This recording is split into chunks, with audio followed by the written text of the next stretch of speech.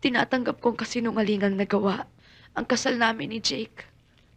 Ang kasal sa papel, ang aming palabas at pagkukunwari. Pero kailanman ay hindi ko matatanggap ang kasinungalingang ako'y isa ng maruming babae. Turugin ninyo ko. Patayin niyo ako. Pero hindi ko matatanggap ang malaking kasinungalingang yan.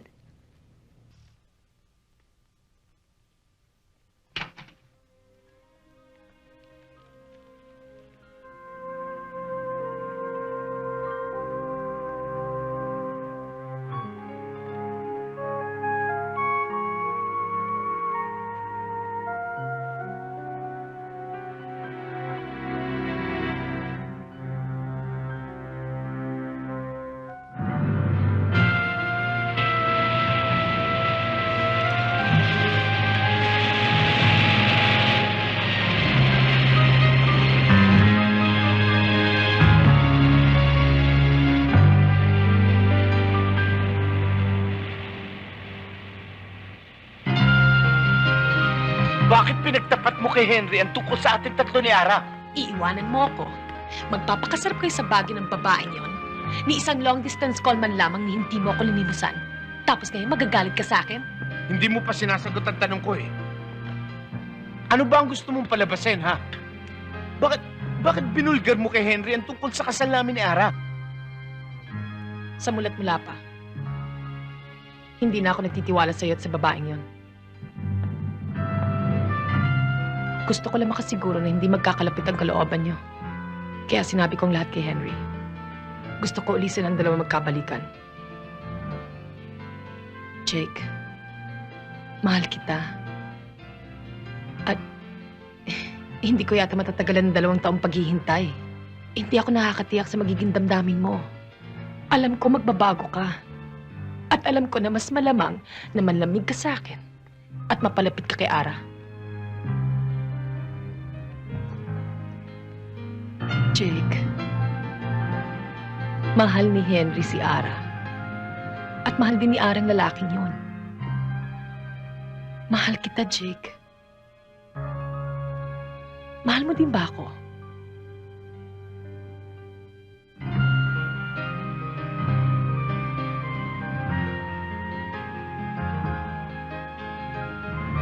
Okay. Okay, Jake. Ipagtatapat ko ng lahat tungkol sa akin. Ipapakita ko na sa'yo ang tunay kong kulay at pagkatao. Nung una, kayamanan mo lang ang habol ko. Pero ngayon, kaiba na. Ikaw na lang ang mahalaga sa buhay ko. Jake?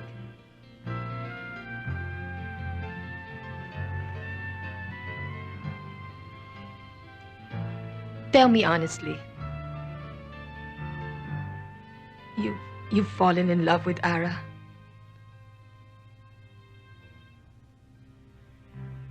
Naagaw ka na ba ni Ara sa akin? Sagutin mo ako.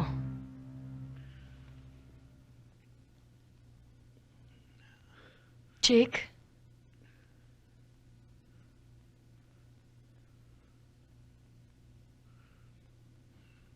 Oo.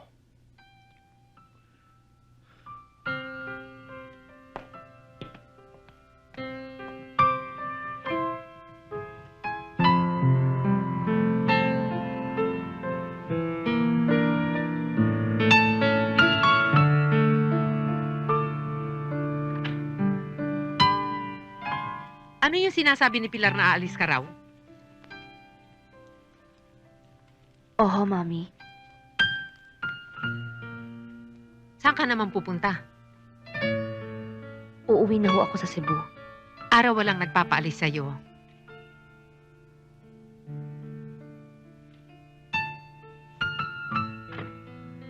Ara, asawa ka ng aking anak. Manugang kita. At itinuring kitang higit pa sa tunay kong anak. Alam mo ba, na palagi kong dinadasal-dasal na sana magising ang damdamin ninyo sa isa't isa. Ara, mag-asawa kayo ni Jake. Alam niyong hindi kami tunay na mag-asawa. Mahirap kong itago ang katotohanan, Mami. Hiyang-hiya na ako sa aking sarili. Lalong-lalo na sa inyo. Ikinahihiya ko ang ginagawa naming pagkukunwari ni Jake. Ayoko na, Mami. Ayoko na. Malalaman ng aking mga magulang ang katotohanan. Pero bago mangyari yon, uunahan ko na ng pagtatapat. Ako ang may kasalanan. Ako ang dapat tumanggap ng parusa.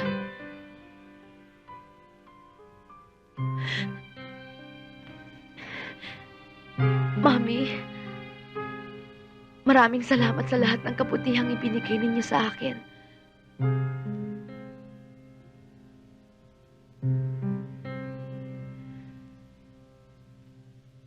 Aalis na ho ako.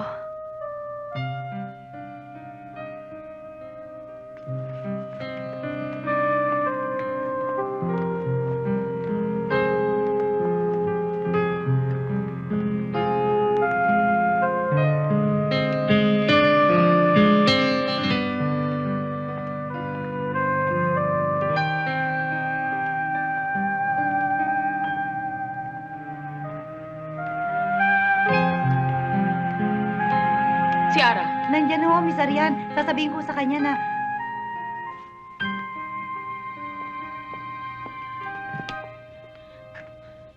mga agaw?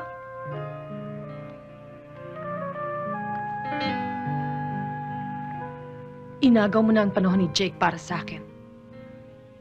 Gusto mo pang agawin ang buong pagkatao niya? Hindi, Arian. Sinungaling. Hindi ako sinungaling. Kung hindi, bakit hindi mo aminin na mahal mo ngayon si Jake?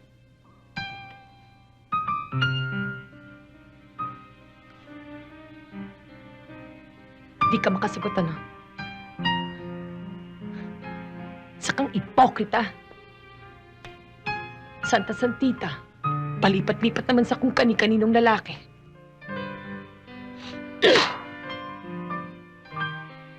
Ikaw ang ipokrita. At wala kang karapatang magsalita sa akin ng ganyan. Ang gawain mo, huwag mong ibibintang sa iba. Oo. Mahal ko siya.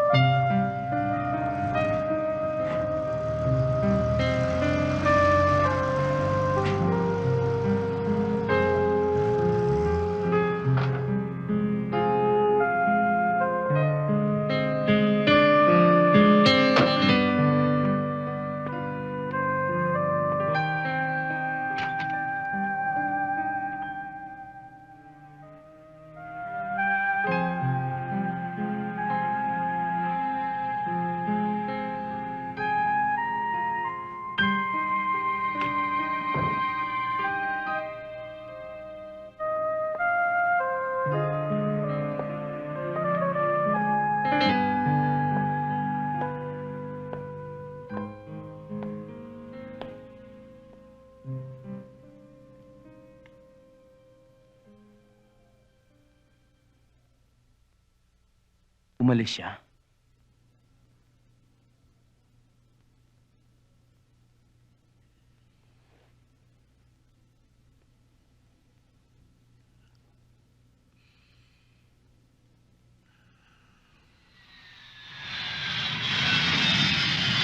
Announcing the arrival of Philippine Airlines Flight 851 Airbus service from Manila.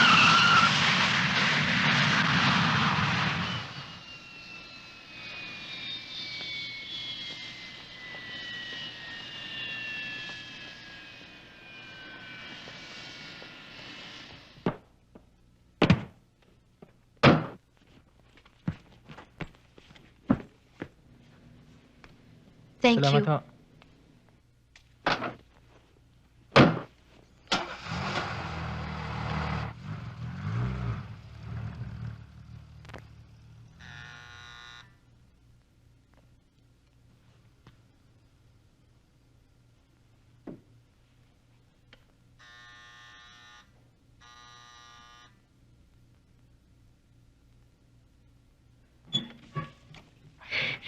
June!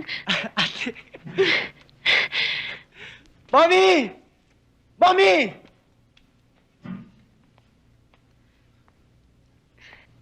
Mami! Mami! Ang daddy. Nasa vineyard.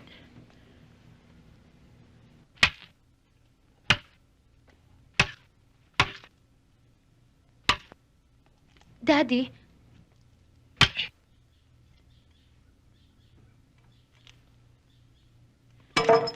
Bob, hindi totoo ang binibintang ni Ben at Biding sa'yo. Please, wag mo sasaktan ng anak mo. Nagsisinungaling lang si Henry sa'yo. Daddy, wag! Totoong lahat ng balitang yan, Daddy. Ako ang nagsinungaling. Dahil itinulak ninyo ko upang gumawa ng kasinungalingan. Pero kailanman ay hindi ako nagsinungaling tungkol sa aking pagkatao. Nung bago ko nakilala si Jake, malinis ako. Kaya lang, ayaw ninyo akong paniwalaan. Ngayon, malinis pa rin ako. Hanggang sa sandaling ito. Tinatanggap kong kasinungalingang nagawa ang kasal namin ni Jake. Ang kasal sa papel. Ang aming palabas at pagkukunwari. Pero kailanman ay hindi ko matatanggap ang kasinungalingang ako'y isa ng maruming babae. Walang namagitan sa amin ni Henry. At lalong walang namagitan sa amin ni Jake. Saktan ninyo ko hanggang gusto ninyo, Daddy. Turugin ninyo ko. Patayin niyo ako. Pero hindi ko matatanggap ang malaking kasinungalingang yan.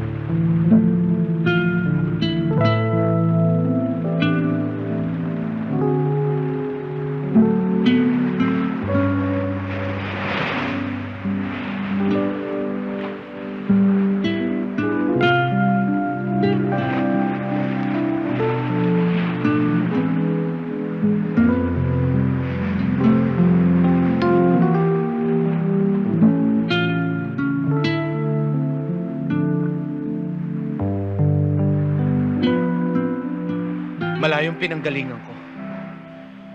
Tapos tatalikuran mo lang ako.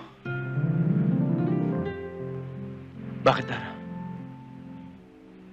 Bakit ka umalis? Si Arian. Hindi si Arian ang dahilan kung bakit ayaw mo sa amin. Kung ganun, bakit mo pa ako sinundan dito? Gusto ko lang liwanagin lahat ng malabo. Ang hirap sa'yo eh. Kunwari nahihiya ka. Kinasangkapan mo kami mag-ina. Pati na si Arian. Pero ang totoo, gusto mo lang bumalik kay Henry. Jake! Oh, huwag ka na magkunwari. Alam ko mahal mo pa rin yung lalaki yun sa kabila ng mga kahayupang ginawa niya sa'yo. Ginulo niya ang buhay mo. Pati na ang buhay ko nadamay. Dahil sa kanya, nagbago ang takbo ng ating kinabukasan. Ngayon, kunwari sinusumpa mo siya. Kunwari ayaw mo makita ang kanyang pagmumuka. Kunwari wala kang pag-ibig sa kanya. Pero ang totoo siya pa rin. Sumugot ka. Si Henry pa rin, ano? Hindi totoo yan! Umuwi ako rito dahil naisip ko. Bakit ba kailangan pang hintayin matapos ang 2 taon? Kung paniniwalaan mong lahat ng sinabi mo, wala akong magagawa, Jake. Ganyan pala tingin mo sa akin. Kung ngayon palang sinusumbatan mo na ako, lalo na siguro sa darating na araw, dapat pa bang magpatuloy ang ating pagsasama? Kung ang palagay mo ay isa akong sinungaling, hindi ko pipiliting baguhin ang iyong paniniwala. Maghihiwalay tayo, Jake. Ano nga bang ating pinagsamahan? Meron nga ba?